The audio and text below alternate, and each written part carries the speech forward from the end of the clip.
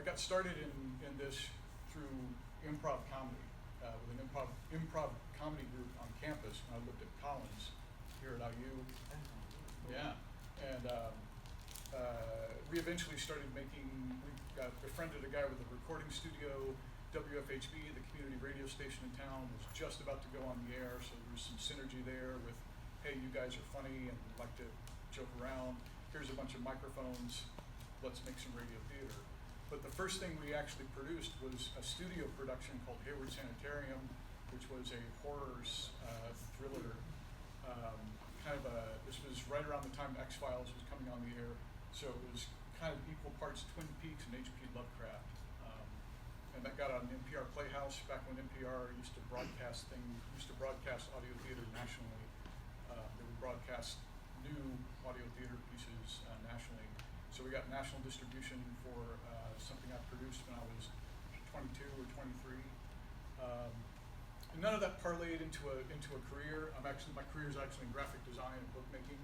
I worked at the University Press here. Been there for like 20-some years. So this has been like a glorified hobby.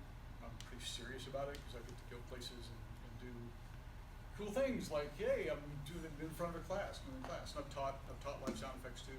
I usually teach people on the fly. A lot of times I teach people at the table while we're rehearsing for a performance. That's kind of my favorite because I just kind of hand them something and show them how to shake it. And so that's great. Do it this way next time. It kind of goes from there. So I know, I guess I could just kind of jump in and just kind of do some things. I usually, when I show people live sound effects in Foley, I always start out with footsteps, because footsteps are the thing that they're in everything. They're in commercials, they're in TV, they're everywhere, and you may not even be aware because they're usually pretty subtle, just when two people are walking along having a conversation. And the technique of walking forward is always heel toe, heel toe.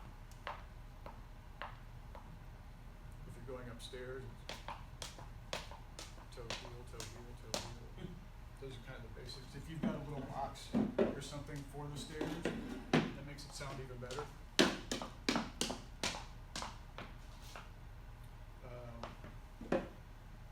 Shoes. I should even just start with shoes. I changed my shoes when I got here. I do not wear these all the time. They're fantastic. I know. My Stacey Adams. These are just. It's just good to have leather-soled shoes because everybody wears tennis shoes. Tennis shoes don't make any sound unless they make the squeaky, with the rubbery sound. But it's hard to get, like, I don't know. They don't read often in a production. So especially in the live world, it's good to have just leather-soled shoes.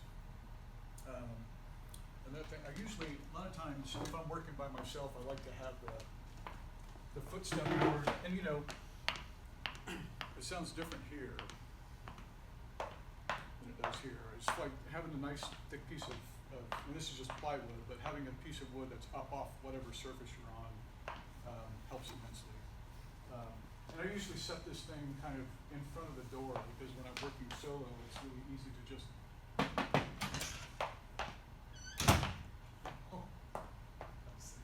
And so, another thing I always tell people is that, so especially if you're looking at a script, it'll just say footsteps, or footsteps come to the door opens and closes. But that's not what actually happens in reality. We don't talk, and then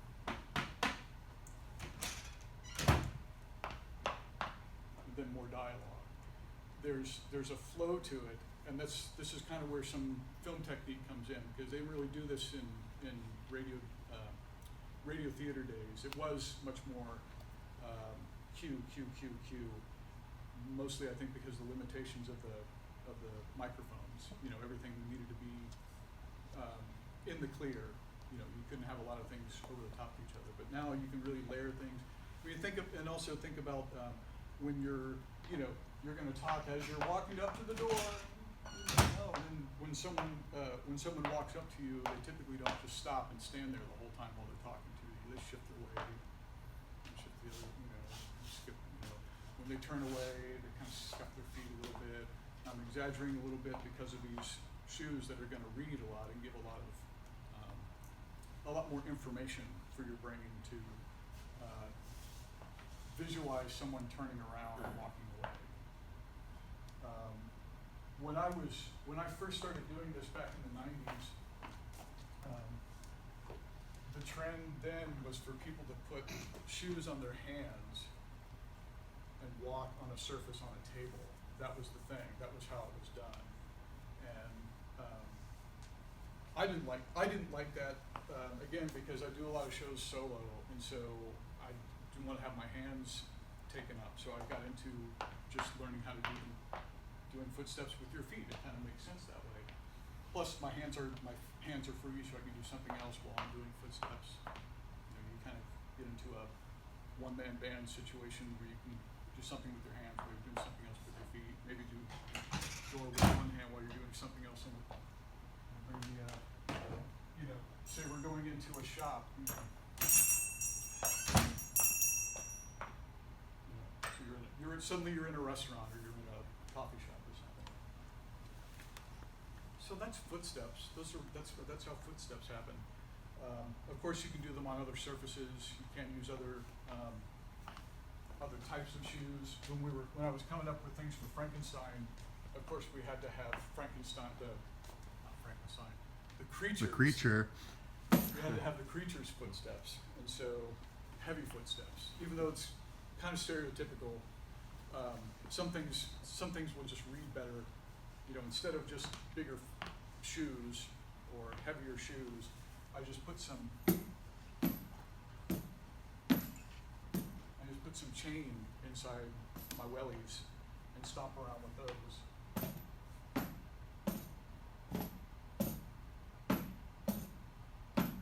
And it's actually two different lengths and two different weights of chain, so they're actually a little unbalanced. So I don't even have to work that hard to make them to make it sound a little staggery, or like it's one leg from one body and another leg from another body. If you come on Sunday, you might also do some of that sort of thing. If you have questions about anything at any point, I don't know if you're working on projects that you are required to come up with your own Foley or do your own sound design, and some of these techniques might help. I'm actually consulting a high school right now, Owensboro, Kentucky. They're doing It's a Wonderful Life. They're doing a radio play version of It's a Wonderful Life for Christmas, and they just started kind of getting their act together. And so I've done work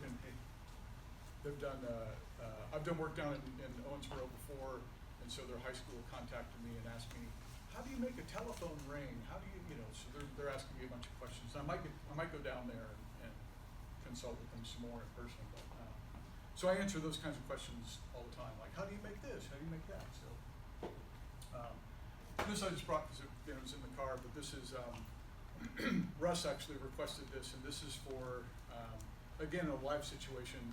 You kind of have to improvise a little bit, come up with some things to replicate different atmospheres or different spatial areas. And this is, if someone is talking and they're on the other side of a door, you want them to sound like they're on the other side of the door. And so I didn't have a nice flat piece of wood, but I had this wooden inbox.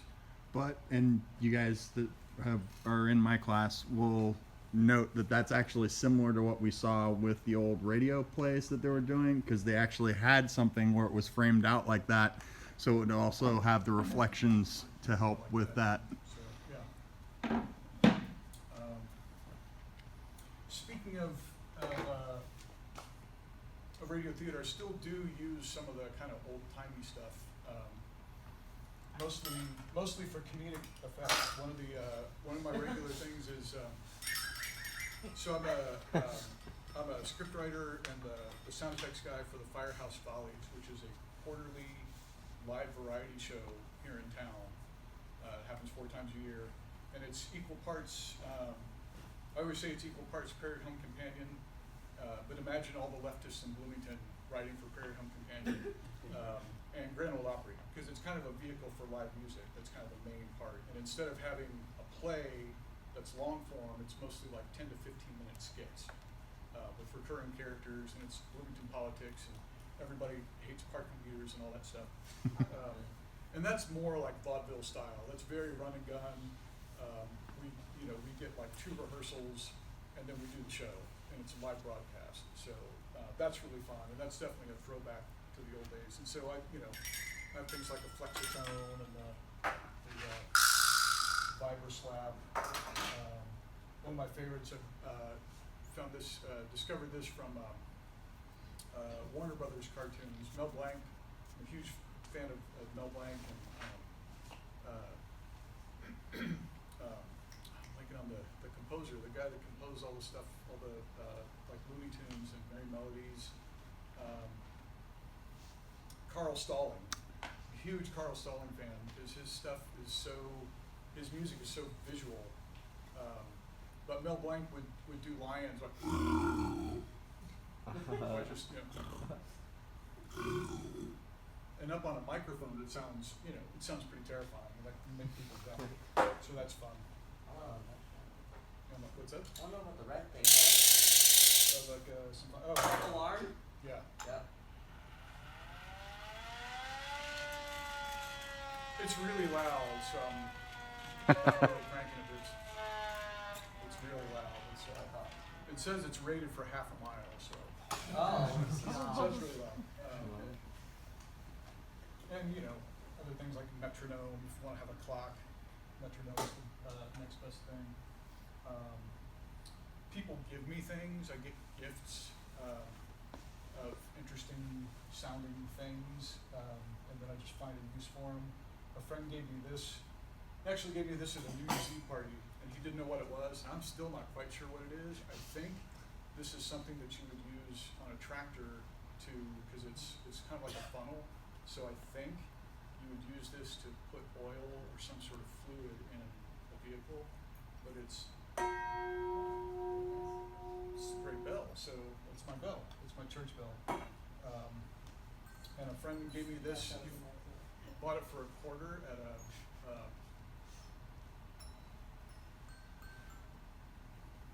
a yard sale, and I like to put a contact mic on it, and it sounds like a gamelan. It sounds like I don't know what it sounds like. It's pass it around because it's very tactile. It's called a Happy Apple, and it's a baby's toy from the '70s. And it's like it's indestructible. It's built for 2-year-olds, so you can. You're beating with it? But it's basically so inside I found a website online where someone had actually cut one in half because they wanted to see how it worked. What's inside? And there's something hanging from the top that knocks back and forth against these little spines of different lengths, kind of like a rain stick or something. And so if you hold it just right, you can kind of get this equilibrium, and you can find where the notes are, and I play it like an instrument, so it's really fun. It's really fun for me. What else? I'm just kind of running through things. Here's another kind of a classic radio device that Footsteps in Snow. And this is, it's wrapped up in duct tape, but this is actually a box of cornstarch. I just bought at the store, Argo cornstarch. And you can see it's very well loved. It's been mangled and mangled and mangled.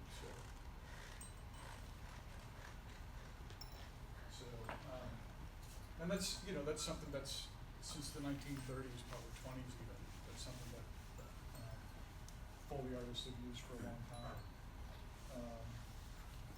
What else? I didn't put any water in the water tank, but I'll be using that. If you come on Sunday, you'll get to see me play in the water tank.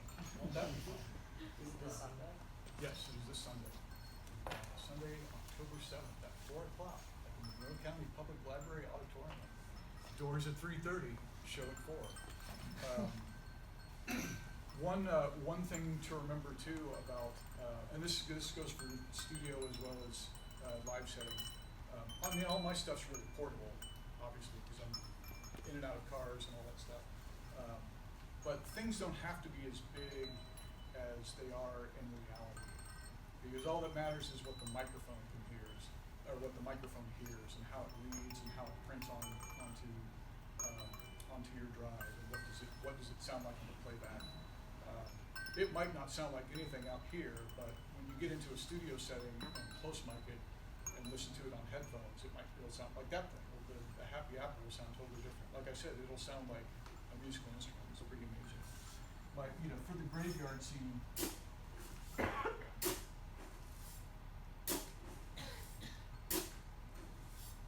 and that sounds a little thin and a little small here because it's just a putty knife into some gravel.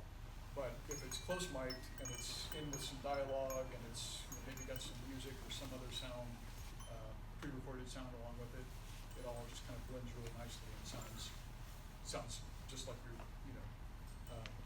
digging with a shovel. Is it special sand? What's that? Is it special sand? It's I think it's quickcrete gravel that I just have. I live in a surprisingly small house for the amount of crap that I have. It's all very compact. A lot of times you find things just through experimentation, and that's a big part of it too. Is getting an array of different things and finding out what works. And I discovered one time just moving this that it makes a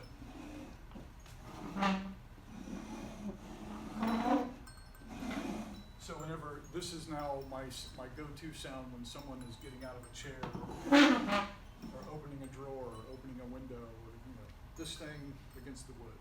And for some reason I put duct tape on one end so that it was a little I think to make it flatten a point or two out like a shim because it was unbalanced at one point. But I know that this is the side that does that sound. So I kind of have to put a little pressure on it.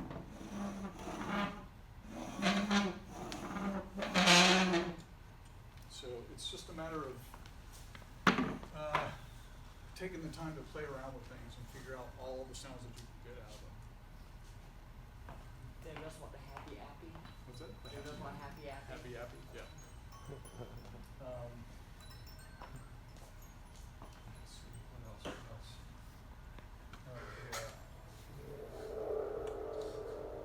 Great thing, the Thunder 2, which I use a lot.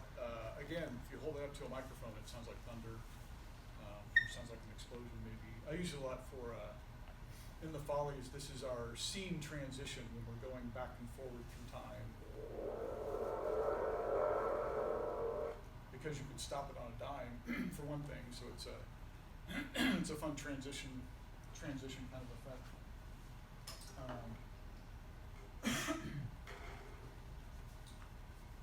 What else? I'm kind of building up to the glass breaker. But, Wow. I have things that I use for bodies.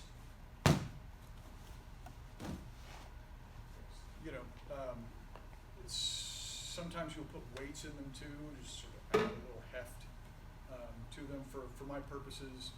I do a lot of that just with performance and kind of figuring out. Proximity to a mic does a lot of the work. Does a lot of the work for me.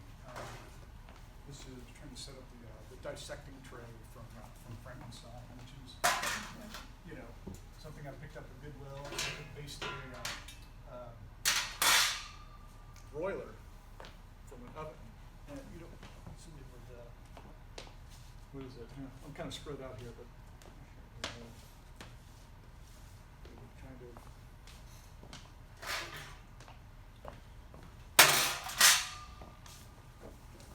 So like the grave robber comes to the door. Oh, what's the line? What does he say? Yeah, how about it, Tom? Were you raised in a barn? What's the line? Is it? It's not a bundle of feathers. It's not a bundle of feathers. Give me a hand. I would have another mic where you're dragging the body, footsteps drag, and then that didn't work very well. So something more like that. We want kind of a slapping sound of being set down on a dissecting table. Door knocking. Not everybody's going to knock like that. Someone who's being timid is going to be. And then might knock more than someone who's the grave robbers. I'm here with your body, you know, that kind of thing. So that's something to take into account is, depending on who the character is, how they will knock, how they will walk, how will they drink. If they're pouring a drink, are they going to splash some out of the glass and knock over the glass? If they're kind of nervous, they might bump the bottle against the glass, that sort of thing. So you can really visualize the scene and then take what you see and put it back out into your hands as you're activating these things. In a live setting, I tend to know the script as well as the director does because I'm all the characters. At some point, I have to do a sound effect for every single character, even people that have one line or two lines. I have to know what that person sounds like, the timing of that one line or two lines, and I like to improvise. So I like to be able to have that flexibility to, when someone is standing there talking, to shift their weight and know when's the right time for them to shift in the scene. When there's a beat, maybe they will turn away from them, or stomp out of the room mad. Make sure that they're done being mad before you stomp out of the room. That sort of thing. And when Tony said a beat, he's not talking about musical beat. He's talking about an acting beat or a directing beat, as far as what you got to think about in terms of the script and what the actors are doing. You were very good about that. You gave the five types. Yeah. We'll talk about that later. the five kinds of beats. And basically the 5 things that can happen that kind of turn the script or turn the story, maybe not 180, but at 45 degrees maybe.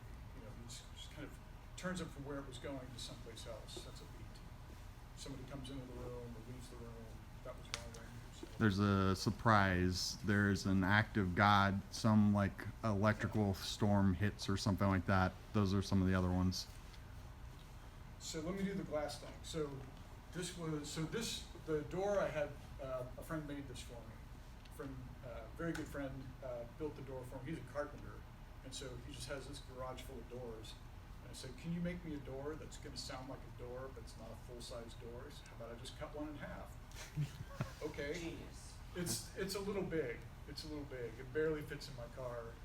But man, it sounds so good. Especially if you're really worth it.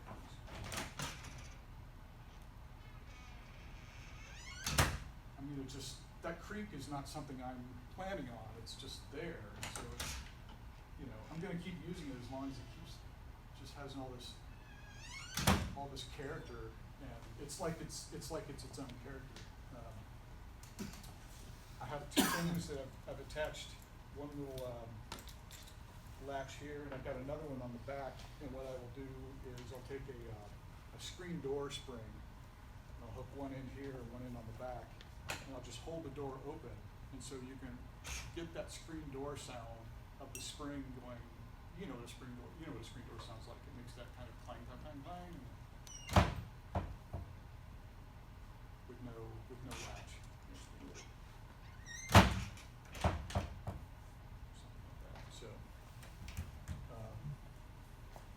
I had a different friend build me the glass breaker. A colleague of mine, she works, actually they have disbanded. Right between the years was a group out of Lawrence, Kansas. They've been together for like 30 years or something like that, doing ensemble work, ensemble comedy, audio theater. And they were great. And they had a sound effects artist, and she was by day, her job, she worked in a frame shop, so she had access to all of these panes of glass everywhere. And she had a carpenter friend build something like this. I took a bunch of pictures of it and came back and had a friend of mine build it. So I can show you. It's basically a bunch of, so it's wood on the outside, really nice walnut, and then different layers. I think the innermost layer it looks like it's about a 1/4 inch square window screen. And then behind that, there's a layer of window screen like you find in your window at home. And then there's the frame, and then there's another layer of window screen like you have in your home. And then I think there's another layer of a 1/4 inch. And then there's this nice, kind of looks like a speaker on the outside. And the reason you do all that is so you can break stuff and the glass doesn't go anywhere.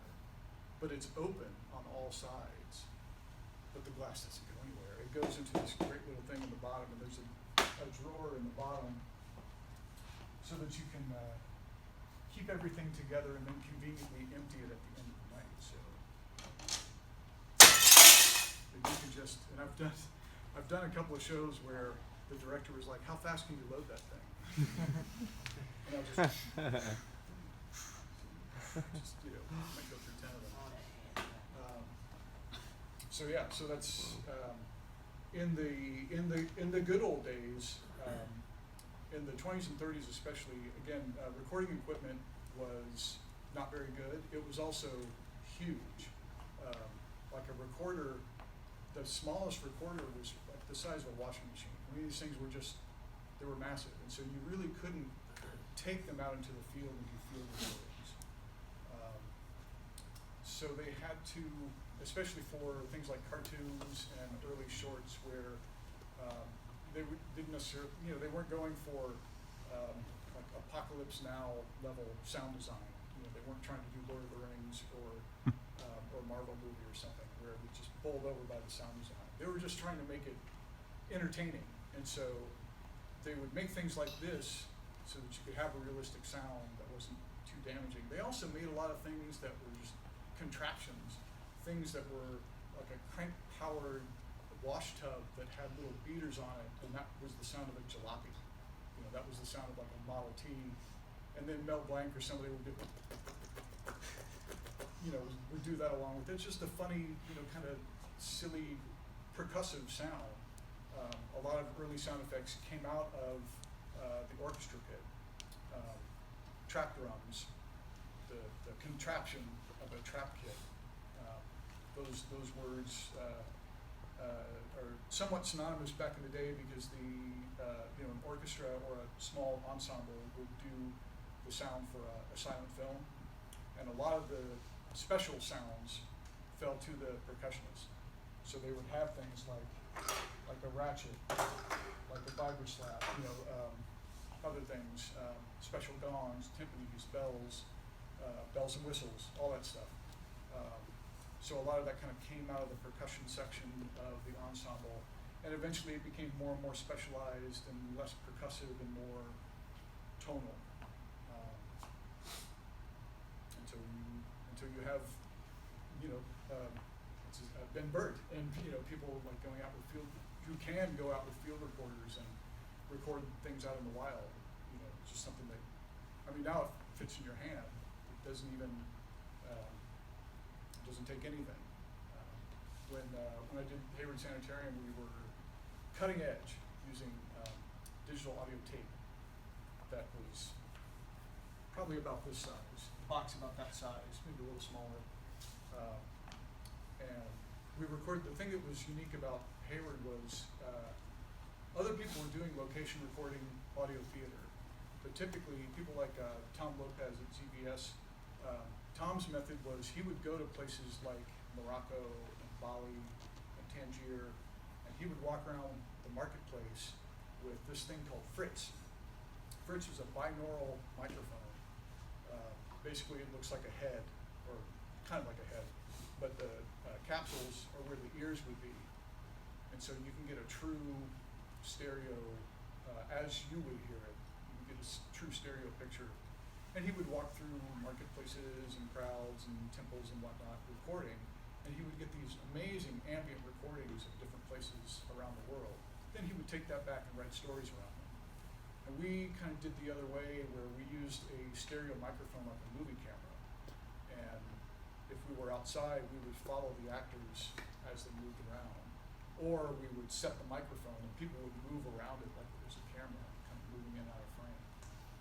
If we were recording in an office, we would go to an office. We wouldn't add an ambience to tracks they recorded in the studio. we'd leave the studio and go somewhere, record in a graveyard, we did some recording on campus in the Union, in the stairwell, because I think it was supposed to be like a chapel or something. So we couldn't get into Beck Chapel, so we recorded in the stairwell of the Union.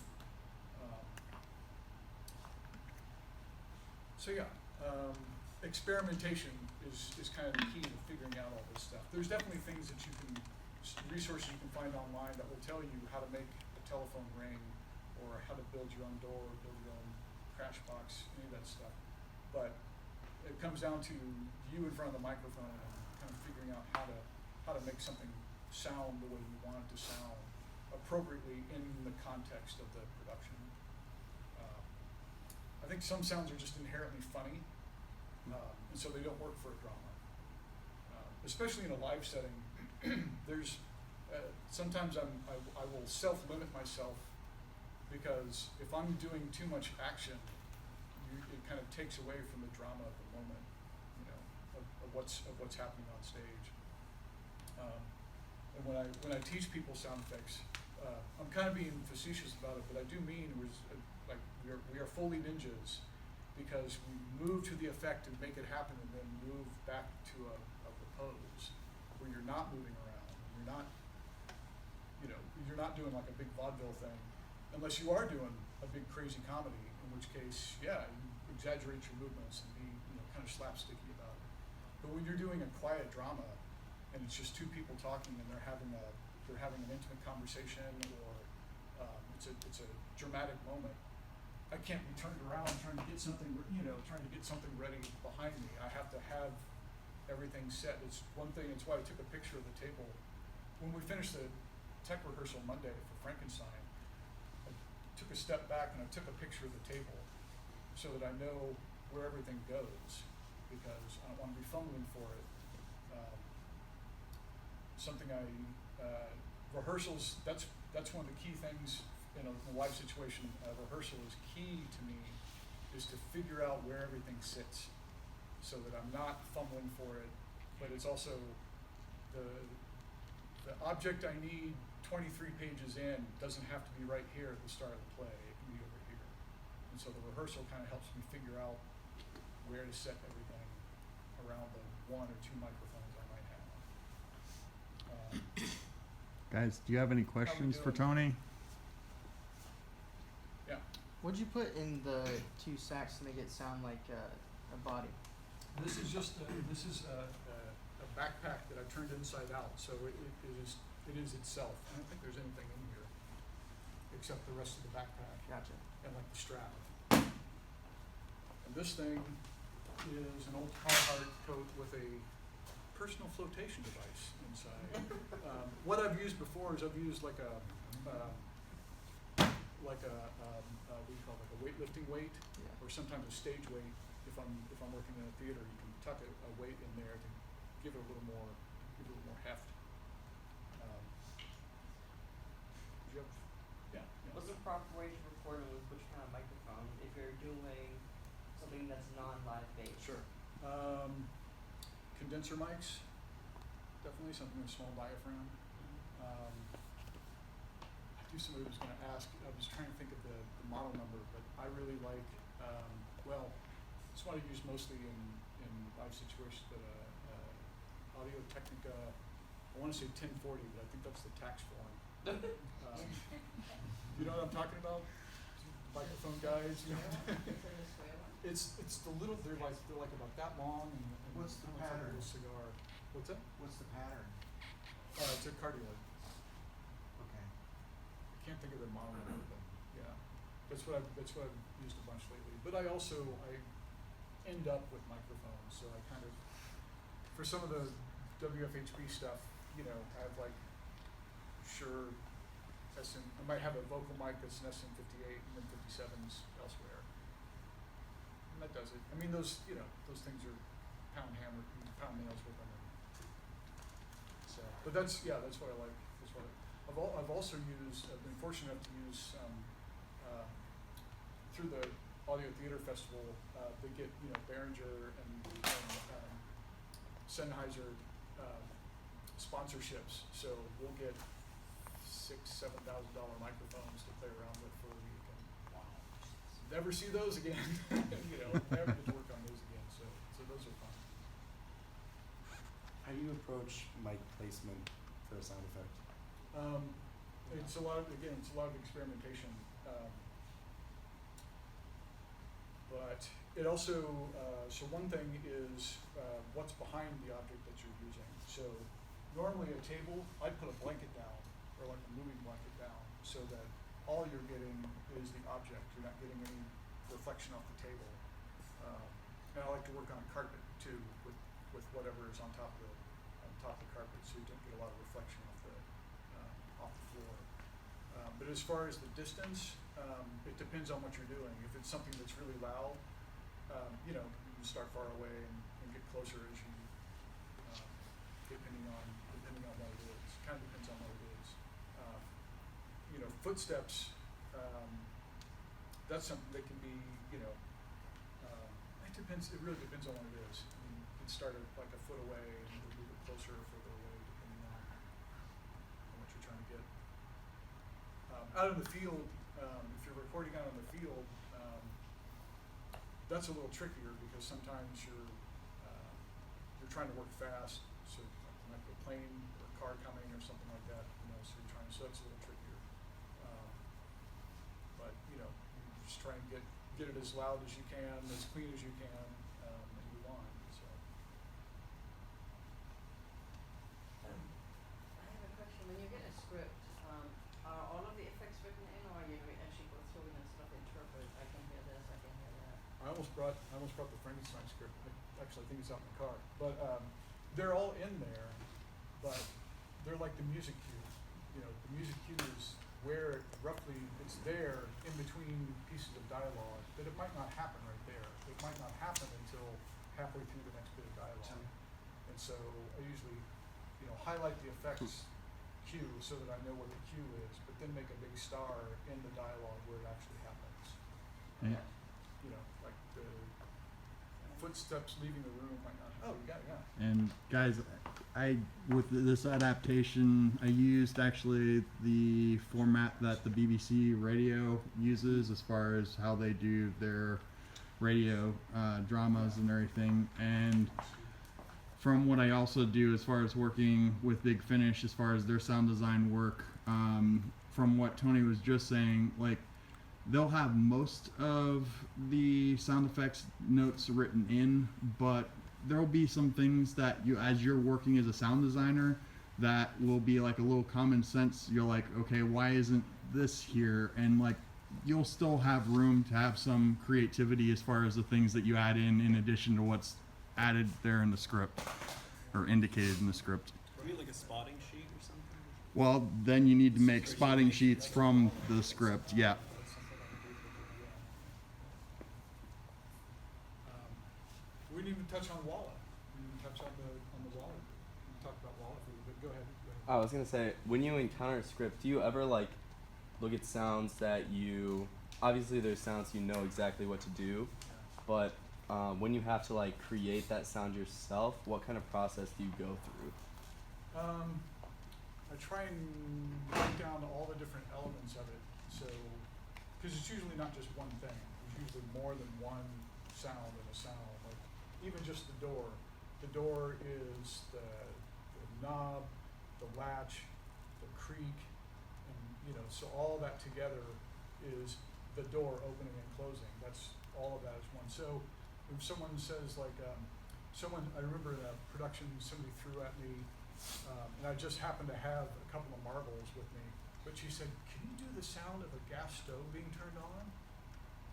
And I thought for a little bit, and so what sounds when you turn on a gas stove? What are the sounds you turn on? So the turn, that doesn't really make any sound, but you hear the what's it called, the starter that makes that little click, click, click, click. And so I had two marbles and a straw. And when the person turns it on, you wait a moment because they turn it on, they do like click, click, click, click, click, and blew through a straw just past the mic so that you kind of get a little bit of the burner happening, and then back away from it. Because all you wanted to do was just establish that that happened. Like, it wasn't going to go through the whole scene. They just wanted the noise of the. So I try and break it down into what are the elements that's happening there. I'll never find one thing that does the click, click, click, and the poof at the same time. If you can kind of break it down into the different elements, you can kind of piece it together. And again, if you're working in a studio environment, you can literally piece those elements together. You don't have to be able to hold them all in your hand at one time and do them all on cue. So. Are there ever times where you'll have a sound that you make, and then you're more likely to like manipulate it in post to make it sound like what you anticipated, where you want it to sound like? Sure. When I was doing Hayward Sanitarium, this is one of my favorite effects in the show. So there was a tree that was possessed by a demon that was terrifying this kid in his bedroom. And we were trying to figure out we wanted the tree to say the kid's name. Like, we wanted the sound of the tree saying this kid's name to really, make this really creepy sound. And John Weber, the engineer, he was a brilliant engineer, came up with this idea. So we went outside the studio, and we took some tree branches, and we were brushing them up against the windows. We had the recorder inside the house. We were taking the tree branches and kind of beating them against the windows outside the house. This was an old house too, so it sounded great. And so we had that. So we took that sound and we went into the studio, and we recorded. I think it was me. So what we did was we took this thing called it's not a vocoder. It's the thing that he uses. You know what I'm talking about? Box. Yeah, the little box. There's a bunch of names for it. Basically, Peter Frampton used it on Frampton Comes Alive. Do you feel like I do? Yeah. So basically, you take this little hose and you put it in your mouth, and then Peter Frampton would play guitar, and whenever he played a note, he would shape his mouth, and so he could get that wah wah wah sound, like making the shape of his mouth. And so we would take that sound of the tree scraping against the window, and when I had to listen to it a few times on headphones, but whenever it came around, when the scrape happened, I would shake my mouth. The kid's name was Jamie. And so the tree scraping against the window would come out of my mouth like the sound. So basically you're wrapping the sound of the tree scraping against the window, you're like wrapping it around the kid's name. And the first couple of times it happened in the show, in the final mix, the first couple of times it happens, you don't quite hear it. The third and fourth time you hear it clear as a bell. And it just came out real, just creepy as hell. Because you're not expecting it. You're not expecting it at all. You're just hearing this. I think it's established early in the script that, the tree needs trimming. The tree's, it's a third floor tree that, needs trimming. So it keeps, hitting the window. And then in the storm, the crazy storm at the end where, the kid's terrified and suddenly you hear this, but it's the tree scraping against the window. So yeah, that was something that was just having the equipment there, having someone that thought, hey, there's an interesting idea, and again, just kind of playing around to come up with something that ended up being really effective. Yeah. How difficult is it for you to work with water when that's something that you need to work with? Sure. It's no problem for me. You just have to put down towels and tarps and whatnot. And as far as the microphone goes, some engineers are really dead set against it. It depends on the microphones. A lot of times they'll say, I'm not going to use that microphone then. I'll use this one instead. Your mic. One thing I learned from the Audio Theater Festival in the workshop is you take one way to help protect your microphones. This does degrade the sound a little bit, but you use an unlubricated condom. And you put that over the mic all the way up past where the cord connects and gaff tape it off. And that will help. That will help. It won't, again, it's only 93% effective. But it will keep, it'll keep most of, it'll keep most everything else. Do you ever break bones with the celery? Is that? Yes, yes. Yeah. I didn't bring the produce because, you know, it's produce, but yeah, there will be some vegetables and produce. Hell yeah. Yeah. How do you mix all the sound? Like, do you offer a mixer, or is there like a dedicated person who does it? Different ways. I usually don't, when in a live setting, usually, at least for the Firehouse Follies, I have my own little sub mixer on the table, and then so I'll have, I think, 3 or 4 inputs, and that little sub mix goes to the board. So I kind of have a pre-mix, but it's really just kind of set it and forget it. I don't really mess around with it much during the show. At the workshop in Missouri, I was really fortunate enough to have Renee Pringle, who she was a broadcast mixer with NPR, and she's been there for probably 30 years. She was my engineer. She would be tucked backstage with this 24-channel board, and I would have vast array. I would have more mics than I could ever use, like 12 or 15 microphones just everywhere. I'd have specific mics for everything. And she was opening and closing channels for me, and you know, our scripts matched, and so that's kind of the ideal way to work, is to have your own engineer off on the side, and she's just doing my table, and she's just mixing me. That was a really sweet setup. So I've worked both ways, where, you know, just let it fly, all mics open, go. And I try and be quiet and not kick anything and knock anything over in between things. Or I have someone very carefully potting things up and down the whole show. So. Any other questions, guys? Well, Pretty good?